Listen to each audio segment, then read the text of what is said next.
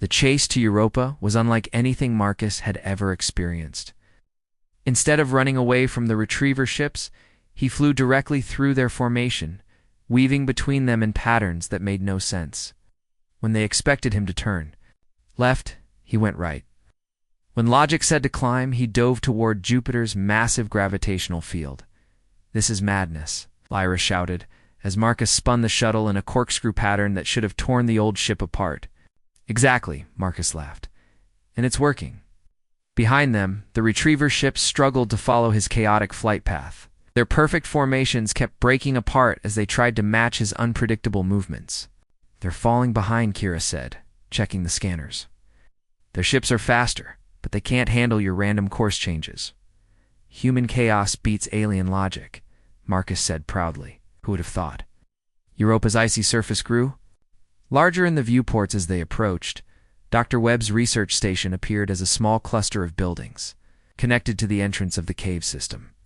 "There's the entrance," Marcus said, pointing to a dark opening in the ice. "Once we get inside those caves, the real fun begins." "Define fun," Lyra said nervously. "The kind where we either save the galaxy or get buried under 1,000,000 tons.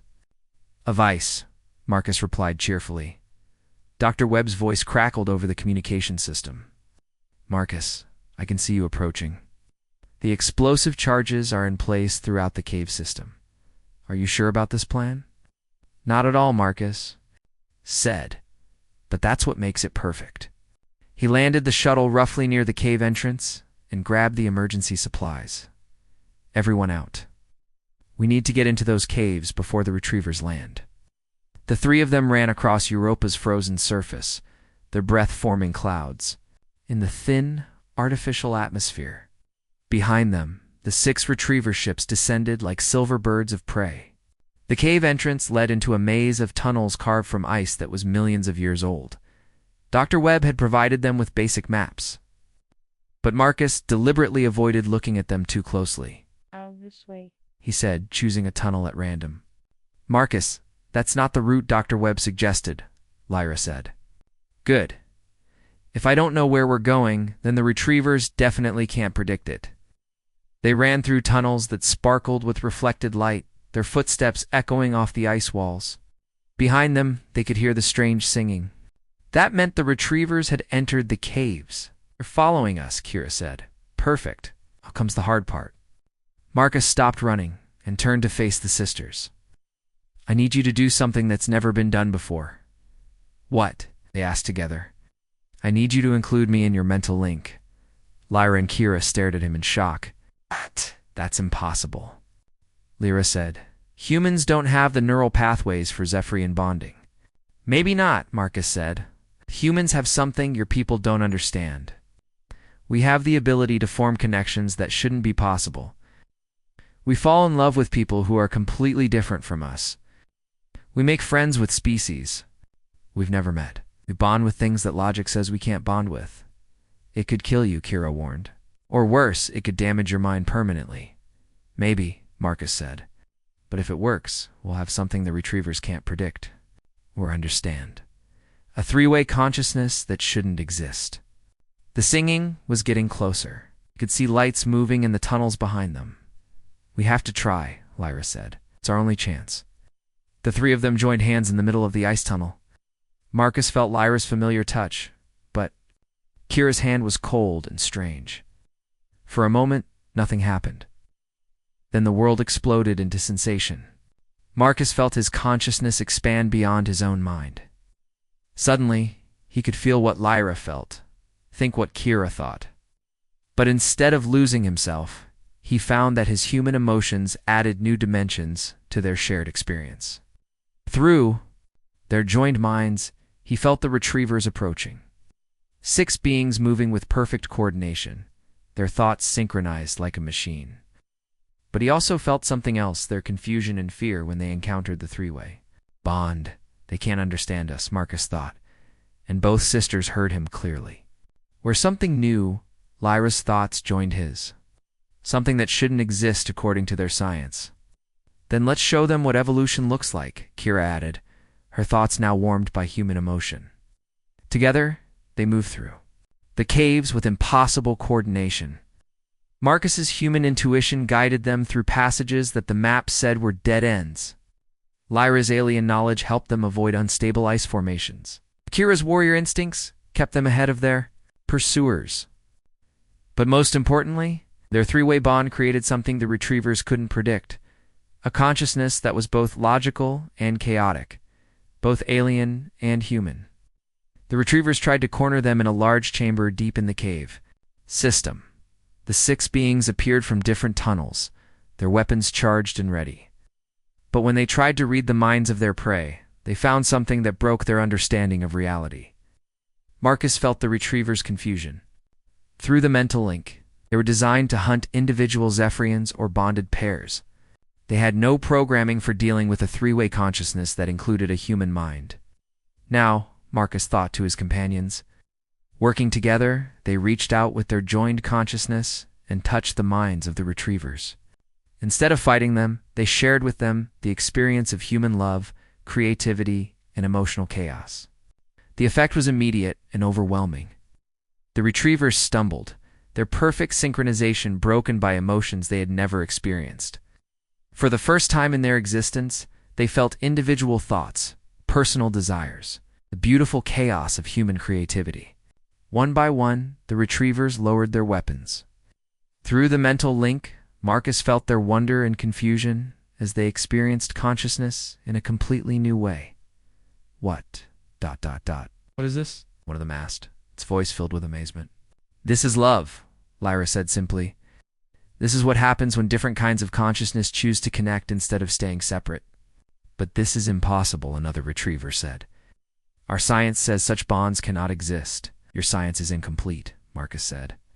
You've been thinking of consciousness as something that has limits. But humans have learned that the best things happen when you ignore the limits and try anyway. Through their shared consciousness, the story of Marcus and Lyra's love spread to the retrievers, and from them back to the Zephyrian homeworld. The Council, experiencing human emotion for the first time, felt their understanding of reality shift and expand. The neural link that connected all Zephyrians carried the new experience across space. Showing an entire civilization that love didn't weaken bonds, it created new possibilities for connection and growth. Months later, Marcus stood on the observation deck of the new Interspecies Research Foundation, watching ships from dozens of worlds dock at their space station. Lyra worked beside him, analyzing data from their latest experiment in cross-species. Consciousness bonding? Kira had become the Foundation's head of security, using her warrior skills to protect the researchers who were exploring new forms of connection between different species. Do you ever regret it? Lyra asked, taking his hand. Regret what? Marrying an alien? Fighting her entire civilization? Or accidentally starting an interstellar revolution in consciousness studies? Any of it. All of it. Marcus looked out. At the stars were human and Zephyrian ships. Worked together on projects that would have been impossible before their chaotic adventure began. Not for a second, he said. Sometimes the most impossible thing is exactly what the universe needs. Kira joined them at the window, and Marcus felt the familiar warmth of their three-way bond. It had become easier with practice, and more beautiful. With each passing day, the Council wants to fund 3 more research stations, Kira reported, and the Earth government has approved the new interspecies bonding program. Good, Marcus said. The universe is a big place. There's room for all kinds of consciousness, all kinds of love, and all kinds of impossible connections. He pulled both sisters close, marveling at how something that began with lies and secrets had become the foundation for a new kind of truth.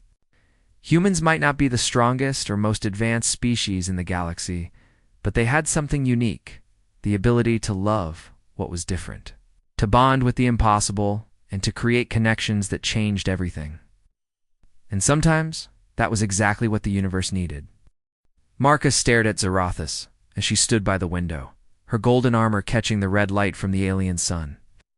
The silence in the room felt heavy, like the air before a storm. Your brother, Marcus said slowly. He's the one leading the attacks on our colonies. Zarathis nodded without turning around. Corvax was always the aggressive one. Even as children, He believed that might makes right, that the strong should rule over the weak. But you don't agree with him? I am a hunt leader, Zarathus said, finally facing Marcus. I understand the value of a good hunt. But there is no honor in attacking defenseless settlements. There's no glory in killing civilians. Marcus walked closer to her, keeping his movements slow and non-threatening. Then why haven't you stopped him? Zarathus's yellow eyes flashed with pain. Because he is my blood. In Vorthok society, family bonds are sacred. Cannot raise my hand against him directly. It would make me an outcast, stripped of all honor. But you brought me here, Marcus said, beginning to understand. You have a plan? I do, Zarathus replied. But it requires something I never thought I would need: a human ally. Moved to a table in the center of the room and activated a holographic display. Images appeared in the air, star maps, colony locations, and what looked like technical diagrams. 3 months ago, Corvex stole something from our government's research facility, Zarathus explained. A weapon that was being developed for planetary defense. In his hands, it has become something much worse. Marcus studied the diagrams. Even with his limited knowledge of Vorthok technology, he could see that whatever this weapon was, it was designed to affect large areas. What does it do? He asked. It's a biological weapon, Zarathus said, her voice quiet. It was meant to create a barrier around our homeworld, something that would make invasion impossible. But Corvex has modified it. She touched the display and the images changed. Now Marcus could see molecular structures, genetic codes, and spreading patterns that looked like disease models. He's turned it into a plague, Zarathus continued, one that targets not just humans, but any species with similar genetic markers. If he releases it, it won't just kill your people. It will spread across the galaxy, destroying dozens of civilizations. Marcus felt cold despite the warm air in the room. How many people are we talking about? Billions, Zarathus said simply. Maybe more. The weapon doesn't just kill, it poisons the very ground it touches. Entire star systems would become uninhabitable for generations. And do you want to stop him? I have to stop him, Zarathus said, her fangs visible as she spoke. Even if it costs me everything I am. Marcus looked at the holographic display again, his mind racing. Why do you need me? Why not work with your own people? Because Corvex has followers, Zarathus explained. Warriors who believe in his vision of Vorthok supremacy. They've infiltrated our government, our military. I don't know who I can trust among my own kind. But you trust me? A human you just met? Zarathus smiled. But it wasn't a happy expression. I've been watching your people for months, Captain Chen, studying your colonies, your defenders, your way of fighting. Do you know what I learned? Marcus shook his head. Humans are weak in body, Zarathus said, slower than us, less strong, with no natural weapons. By all logic, you should have been easy prey. But you weren't. She walked around the holographic display, her eyes fixed on Marcus. When we attacked your colonies, you didn't just fight back, you adapted. You found ways to turn our strengths against us. You used tools and tactics we never expected. We do what we have to do to survive, Marcus said. Exactly, Zarathus replied. And that's why I need you. This weapon that Corvex has, it's hidden in a place designed by Vorthok minds, protected by Vorthok technology. My people think in straight lines, in direct confrontation, but you humans, ... I paused. You think sideways? You find solutions? That don't exist. Marcus studied the star map again. What? Where is this weapon? A space station in the Kepler sector, Zarathus said, hidden in an asteroid field. Corvex has been gathering his followers there, preparing for what he calls the Great Cleansing. How long do we have? Not long. Our intelligence suggests he'll be ready to launch the weapon within 10 days. Marcus ran his hand through his hair, thinking, my team, they're experts in their fields. If we're going to do this, I'll need them. Of course, Zarathus said, but there's something else you need to understand. If you help me with this, you'll be under my protection according to Vorthok law. It's called the claiming. What does that mean? It means you become my responsibility, my ward. It's an ancient tradition used when a hunt leader takes a valuable prisoner or ally. No other Vorthok can harm you without challenging me directly. Marcus frowned. Is that what you meant when you said I was yours tonight? Yes, Zarathus said. It was the only way to keep you safe while we talked. Some of my people would have killed you the moment you stepped off your ship. You're willing to risk your position, your honor, to work with humans? Zarathus was quiet for a long moment. Oh. My brother believes that strength comes from domination. That the only way to survive is to destroy everyone who might threaten you. But I've seen what your people can do when they work together. How they support each other, adapt to new situations, find hope even in the darkest times. She looked directly at Marcus. Maybe true strength comes from cooperation, not conquest. Maybe my people have something to learn from yours. Marcus felt a spark of hope. So we're really doing this, working together to stop your brother? Ain't we? Are, Zarathus said. But it won't be easy. Corvex has had months to prepare. He has loyal followers, advanced weapons, and the advantage of choosing the battlefield. What do we have? Zarathus smiled, and for the first time it looked genuine. We have something he doesn't expect. We have the combination of Vorthok, strength and human creativity. We have the element of surprise, and we have each other. Marcus extended his hand. Partners? Zarathus looked at his hand curiously. What is this gesture? It's called a handshake, Marcus explained. It's how humans show agreement, trust, partnership. Zarathus reached out and grasped his hand carefully, her grip strong but controlled. Partners, she agreed. As they shook hands, Marcus felt the weight of what they were about to attempt. They were going to try to stop a madman with a weapon of mass destruction, save billions of lives. And maybe, just maybe, find a way for two very different species to coexist. When do we start? Marcus asked. Now, Zarathus replied. First, we get your team. We prepare for the most important hunt of our lives. The red sun was setting outside the window, casting long shadows across the alien city. Marcus looked out at the strange world around him and realized that everything had changed. He was no longer just a human diplomat trying to make peace. He was part of something bigger, a partnership that might determine the fate of the galaxy. Let's go save some lives, he said. Zarathus nodded. Indeed. Let's go hunting. Marcus followed Zarathus through the dark corridors of the Vorthok government building. The walls were lined with ancient symbols that seemed to glow faintly in the dim light. Other Vorthoks they passed looked at Marcus with curious yellow eyes, but none challenged Zarathus' authority. Your team is being held 3 levels down, Zarathus explained as they walked. They have been treated well, but they are suspicious of our intentions. Can you blame them? Marcus asked. From their perspective, they've been taken prisoner by aliens who have been attacking human colonies. No, Zarathus admitted. I cannot blame them. Trust must be earned, not demanded.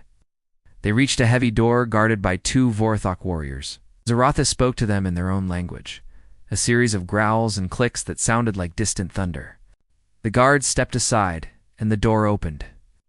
Inside, Marcus saw his team sitting around a simple table. Lieutenant Mills jumped to her feet when she saw him, her hand moving instinctively toward her weapon. Captain, are you all right? She asked, her eyes never leaving Zarathus. I'm fine, Sarah, Marcus replied, but we need to talk. All of us. Dr. Park stood up slowly, studying Zarathus with scientific curiosity. She doesn't look like she's planning to eat us, he said dryly. I do not eat humans, Zarathus said, her fangs visible as she spoke. You would taste terrible, Engineer Tom Walker laughed despite himself. Well, that's reassuring. Marcus gestured for everyone to sit down. Listen carefully. The situation has changed. The attacks on our colonies aren't official Vorthok policy. They're being carried out by rebels. Rebels? Linguist Maria Santos asked, What kind of rebels? The kind with a biological weapon that could kill billions of people? Marcus said quietly. The room fell silent. Lieutenant Mills sat down heavily. Explain. Marcus spent the next 20 minutes telling his team everything Zarathus had revealed. About her brother Corvex, about the stolen weapon, about the space station and the Kepler sector. His team listened without interruption, their faces growing more serious with each detail. So you're asking us to trust her? Mills said finally, looking at Zarathus. To work with someone whose people have been killing our colonists? Asking you to help stop a madman from committing genocide? Marcus replied.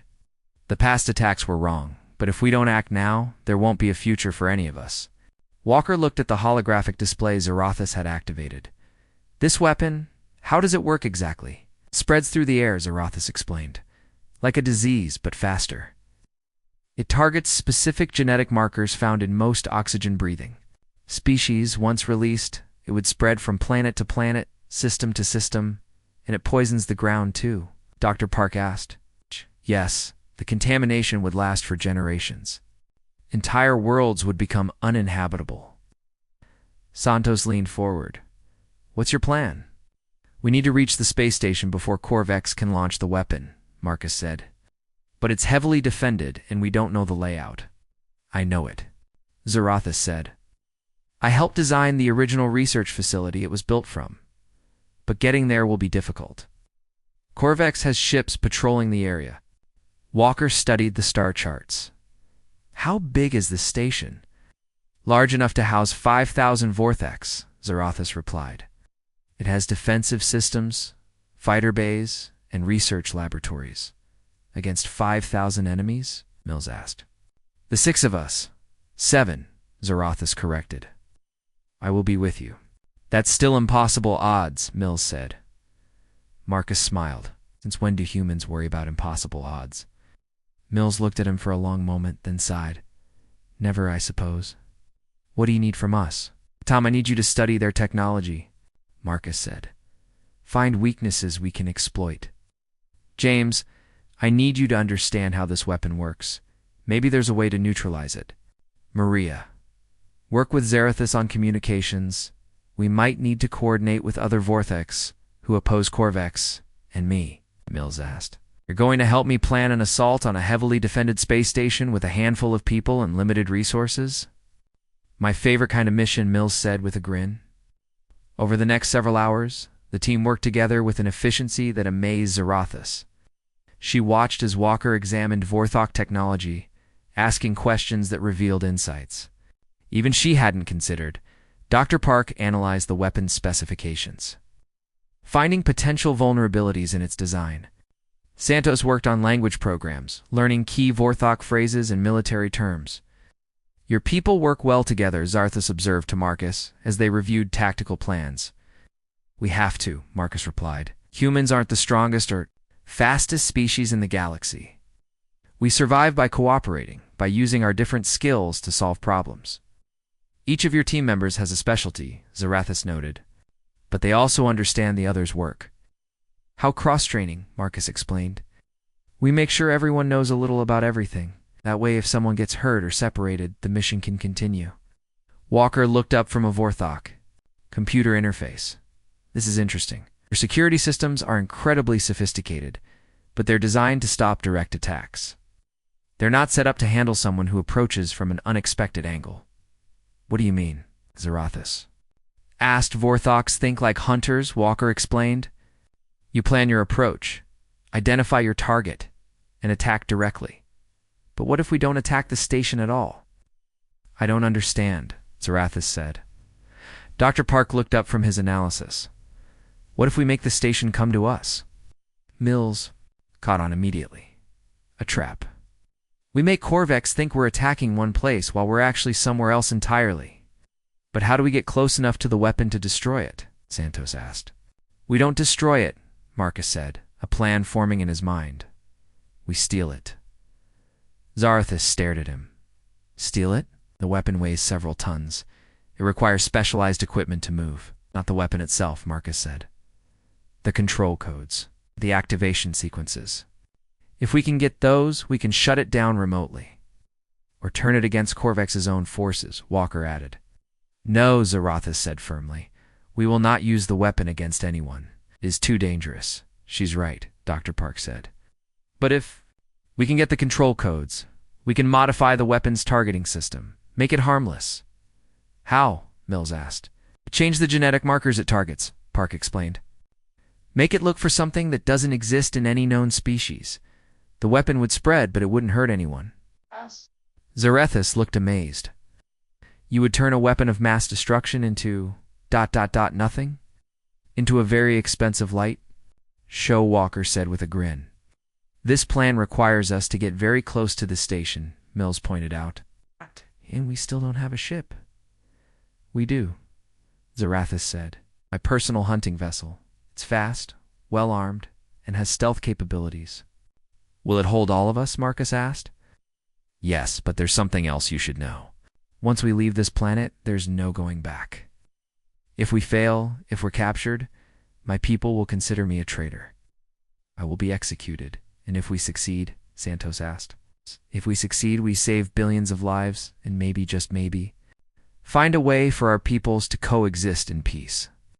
Marcus stood up and faced his team. This is voluntary. Anyone who wants to return to Earth can do so. No one will think less of you.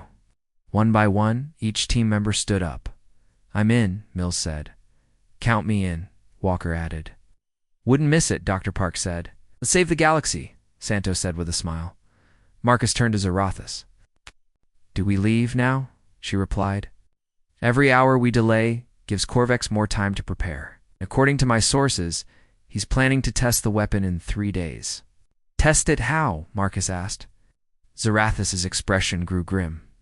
On a human colony, he wants to see how effective it is before the main attack. The room fell silent. Marcus felt a cold anger building in his chest. Which colony? New Geneva. Population, 50,000. Marcus closed his eyes. He'd visited New Geneva once. It was a peaceful agricultural world, home to families who had left Earth looking for a better life. Then we stop him, Marcus said quietly. Whatever it takes. Whatever it takes? His team echoed. Zarathis nodded. Let's go hunting. Zarathis' hunting ship cut through space like a silver arrow, its engines running silent as they approached the Kepler sector. Marcus stood on the bridge, watching the asteroid field grow larger on the main screen. Somewhere in that maze of floating rocks was the space station where Corvex was preparing to unleash his terrible weapon, Zarathis said, pointing to a cluster of asteroids near the center of the field. The station is hidden inside those rocks. From the outside, it looks like a mining operation. Lieutenant Mills studied the tactical display. How many ships are patrolling the area? At least 20, Zarathis replied. Maybe more. Corvex has been gathering followers for months. They believe he's going to lead them to glory. Walker looked up from the engineering console. Their patrol pattern is interesting. It's very systematic. Very predictable. You're covering all the obvious approach routes. But, Marcus asked, knowing his engineer had spotted something. But they're not watching the asteroid field itself very carefully, Walker said with a grin. They assume no one would be crazy enough to fly through there? The asteroids are moving too fast, Zarathis said. Any ship trying to navigate through them would be destroyed. Any normal ship, Walker agreed. But this isn't a normal ship. The stealth systems, the enhanced shields, the precision engines. This thing was built for impossible missions. Dr. Park joined them on the bridge. I've been analyzing the weapon. Data you provided. The good news is that the control system is more complex than I expected. It has multiple safeguards, backup systems, redundant protocols. How is that good news? Santos asked. Because complex systems have more ways to fail, Park explained. If we can access the main computer, I can introduce a cascade failure that will shut down the entire weapon. And the bad news, Marcus asked, the weapon is already partially activated. Corvex has been running tests, building up the energy reserves. If something goes wrong during our attack, if the containment fails, the weapon could detonate, Mills finished. How big would the explosion be? Big enough to destroy the station and everything within 100 kilometers? Park said quietly. Marcus felt the weight of responsibility settle on his shoulders. So we have to be perfect. One mistake, and we're all dead. No pressure, Walker muttered. Santos had been quiet during the briefing, but now she spoke up. I've been monitoring. Vorthok communications. There's something else you should know. Corvex isn't just planning to test the weapon on New Geneva. He's planning to broadcast it. Broadcast it? Zarathis asked. Live transmission to every Vorthok world, Santos explained. He wants his people to watch as the weapon destroys an entire human colony. He thinks it will prove his power, rally more followers to his cause. Zaratha's fangs were visible as she spoke. He would turn mass murder into entertainment. This is not the way of our people. It's the way of your brother, Marcus said. Gently, he was not always like this, Zaratha said, her voice filled with pain. When we were young, he was brave, honorable. He protected the weak, defended our family's honor, but something changed him. What? Mills asked. Fear, Zaratha said simply. He became afraid that our people were growing soft, that we were losing our edge as hunters. He started believing that only through constant warfare could we remain strong. And now he's willing to commit genocide to prove his point, Marcus said. Yes, Zarathus replied. That is why he must be stopped.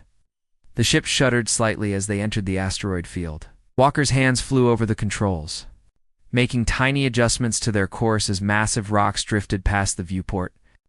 This is insane, Mills said, watching a house-sized asteroid tumble past them. This is human, Marcus corrected. We've been doing impossible things since we learned to walk upright. Contact ahead, Zarathus announced. 2 patrol ships. Moving away from us? They haven't seen us yet. Can we avoid them?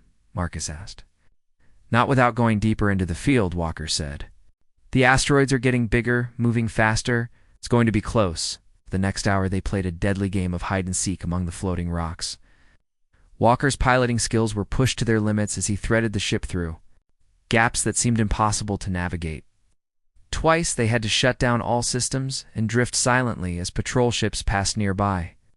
There, Zaratha said finally, pointing to a massive asteroid that seemed different from the others. That's it. Marcus studied the rock on the screen. At first glance it looked natural, but as he watched, he could see subtle signs of artificial construction. Docking ports disguised as crater openings, sensor arrays that looked like mineral deposits, weapon emplacements hidden in the rocky surface. Bits. Bigger than I expected, Mills said. The station extends deep into the asteroid, Zarathus explained.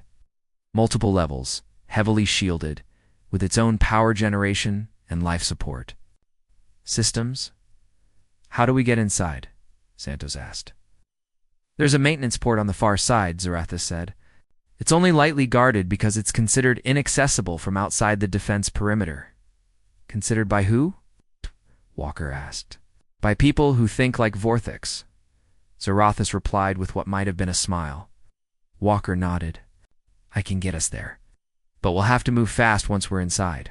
They'll detect us eventually. How long do we have? Marcus asked. Maybe 30 minutes before they figure out we're not supposed to be there, Walker estimated. That's not much time, Mills said. It's enough, Marcus replied. We split into 2 teams. Sarah, Tom, and Maria, you cause a distraction. Make them think we're attacking the command center. James, Zarethus, and I will go after the weapon. What kind of distraction? Mills asked. The kind that makes a lot of noise and draws attention, Marcus said. But don't actually damage anything critical. We need the station intact. Until we can get the weapon shut down, Park added. They spent the next few minutes going over the station layout and finalizing their plans.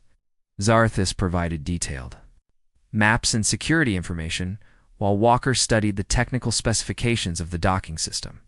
One more thing, Zarathus said, as they prepared to make their approach. If we encounter Corvex, let me deal with him. He is my brother, my responsibility. And if he won't listen to reason? Marcus asked. Zarathus was quiet for a long moment. Then I will do what must be done. The lives of billions are more important than family bonds. The ship moved slowly toward the hidden docking port, using the asteroid's own rotation to mask their approach. Walker's hands were steady on the controls, but Marcus could see the tension in his shoulders. Docking port in sight, Walker announced. No guards visible, but that doesn't mean they're not there. Life signs? Mills asked. 2 Vorthax in the immediate area, Santos reported from the sensor station. But they seem to be maintenance workers, not soldiers. We go in quiet, Marcus said. No violence unless absolutely necessary. Understood, Mills replied, checking her weapon. But if things go sideways, They won't, Marcus said, with more confidence than he felt. We've come too far to fail now. The ship settled into the docking port with barely a whisper. Through the viewport, Marcus could see the artificial lighting of the station's interior. Somewhere in this maze of corridors and chambers was a weapon that could destroy billions of lives. Ready? Asked his team. Ready, they replied in unison.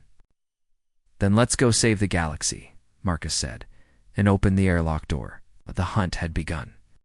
The corridors of the space station were dark and filled with the low hum of machinery. Marcus followed Zarathus through the maze of passages, with Dr. Park close behind. The artificial gravity felt heavier than Earth normal, designed for the stronger Vorthok physiology. The weapon chamber is 3 levels down, Zarathus whispered as they moved through the shadows. We should reach it before the others begin their distraction. As if summoned by her words, the sound of explosions echoed through the station. Emergency lights began flashing red, and alarm signals wailed in the distance. That's our cue, Marcus said. Mills and her team are keeping them busy. They reached a maintenance shaft that led down to the lower levels. Zarathus went first, her natural agility making the climb look easy. Marcus and Park followed more carefully, using the handholds built into the shaft walls. Motion sensors ahead, Park whispered as they reached the bottom. But they're designed for Vorthok movement patterns. If we stay low and move slowly, we might avoid detection. They crawled through a ventilation tunnel that ran parallel to the main corridor. Through the metal grating, Marcus could see Vorthok, technicians running past, responding to the alarms from the upper levels. There, Zarathus said, pointing to a heavy door at the end of the corridor. The weapon chamber. They dropped down from the ventilation system and approached the door. It was sealed with both electronic locks and traditional Vorthok honor seals. Can you open it? Marcus asked. Yes, Zarathus replied, but breaking the honor seals will announce my presence to everyone in the station. Corvex will know I'm here. Do it, Marcus said. We're out of time. Zarathus placed her hand on the scanner and spoke a series of words in the Vorthok language. The door slid open with a heavy, grinding sound.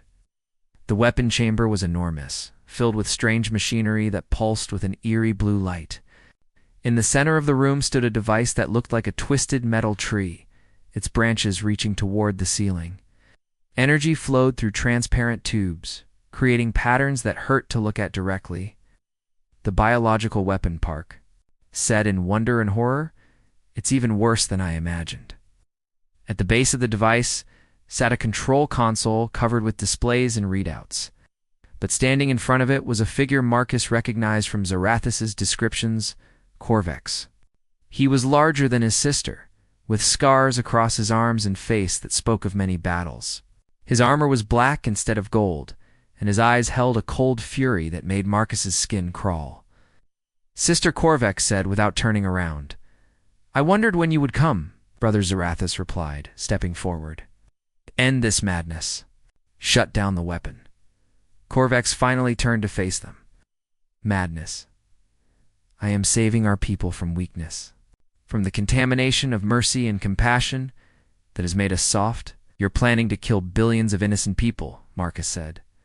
Corvex's eyes fixed on him. Ah, the human. The prey that dares to speak to predators, showing fangs even larger than Zarathus S. Your species is a disease, spreading across the galaxy, making everyone weak with your ideas of cooperation and peace. Our ideas work, Marcus replied calmly. That's why we've survived. That's why we've thrived. You've survived because we allowed it, Corvex snarled. But no longer. In 1 hour, this weapon will be ready for deployment. The test on your colony will show the galaxy what happens to those who oppose the Vorthok Empire. There is no empire, Zarathus said. Only your delusions of grandeur. There will be an empire, Corvex replied. When the other species see what we can do, they will submit or be destroyed. Park had been quietly studying the weapon while the others talked. Now he looked up with alarm. The energy levels are spiking. If this thing overloads, double quotes, it won't overload, Corvex said. The weapon is perfect, unstoppable. Nothing is perfect, Marcus said. Everything can be improved, modified, fixed. That's what humans do. We see problems, and we solve them. Like this problem? Corvex gestured to the weapon. How will you solve this, human? Marcus looked at the control console. Thinking fast. The displays were in Vorthok script, but Park had been teaching him the basic symbols during their journey. By showing you what cooperation can accomplish, Marcus said. He dove toward the console. Corvex roared and lunged after him, but Zarathus intercepted her brother, the two Vorthacs crashing into each other with tremendous force. Marcus's fingers flew over the controls, inputting the shutdown sequence Park had worked out during their planning sessions. But the console flashed red and rejected his commands. It's locked, he called to Park. I need your help. Park rushed to join him while the two Vorthoks fought nearby. Their battle was savage and beautiful, a dance of predators who knew each other's every move. The genetic targeting system, Park said, his hands joining Marcus's on the console. If we can't shut it down, we can redirect it. To target what? Nothing, Park said with a grin. We make it look for a genetic sequence that doesn't exist in any known species. Working together, they began modifying the weapon's programming. It was like solving a puzzle while the world exploded around them. The alarm sounds, fighting the steady hum of the weapon charging toward activation. Stop, Corvex roared, breaking away from his sister. You don't understand what you're doing. I understand perfectly, Marcus said, not looking up from the console. I'm saving lives. Corvex raised his weapon, but Zarathus stepped between him and the humans. No, brother. This ends now. You would choose them over your own blood. Corvex asked in disbelief. I choose the future over the past, Zarathus replied. I choose cooperation over conquest. I choose life over death.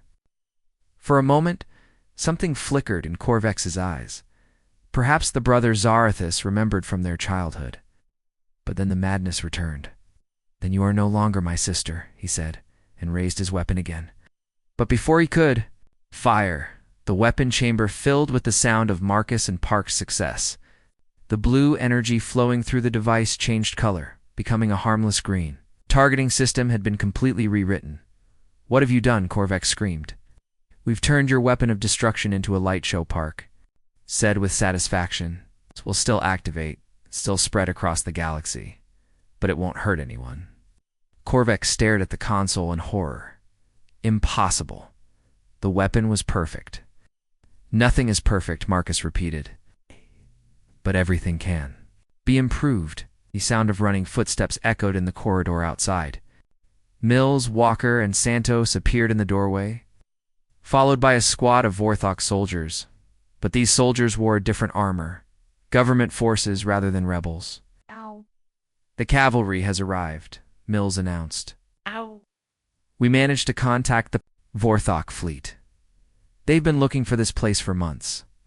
The lead soldier stepped forward and spoke to Zarathus in their language. She nodded and replied, then turned to Marcus. Admiral Dexkar wants to thank you, she said. The government has been trying to stop Corvex's rebellion for months, but they didn't know where he was hiding. Corvex looked around at the soldiers, surrounding him, at his sister, at the humans who had turned his perfect weapon into nothing. For a moment, Marcus thought he might surrender. Instead, Corvex smiled sadly. I tried to make us strong, he said to Zarathus. I tried to preserve our greatness. We are strong, Zarathus replied. But true strength comes from growing, not from destroying.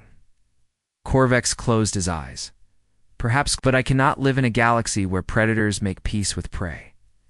Before anyone could stop him, he pressed a control on his armor. The chamber filled with a bright flash of light, and when it faded, Corvex was gone. Personal teleporter, Zarathus said quietly. He's escaped to his ship. Admiral Vexkar spoke urgently to his soldiers, and they rushed from the chamber. Through the station's communication system, they could hear the sound of ships launching and weapons firing. Will they catch him? Marcus asked. I don't know, Zarathus replied. But it doesn't matter. The weapon is neutralized. His followers are surrendering, and his rebellion is over. 3 days later, Marcus stood on the bridge of a Vorthok cruiser watching as the last of the rebel ships surrendered to the government fleet. The crisis was over, but the real work was just beginning. The High Council wants to meet with you, Zarathus said, joining him at the viewport. They're interested in discussing a formal peace treaty between our peoples. And you? Marcus asked. What do you want?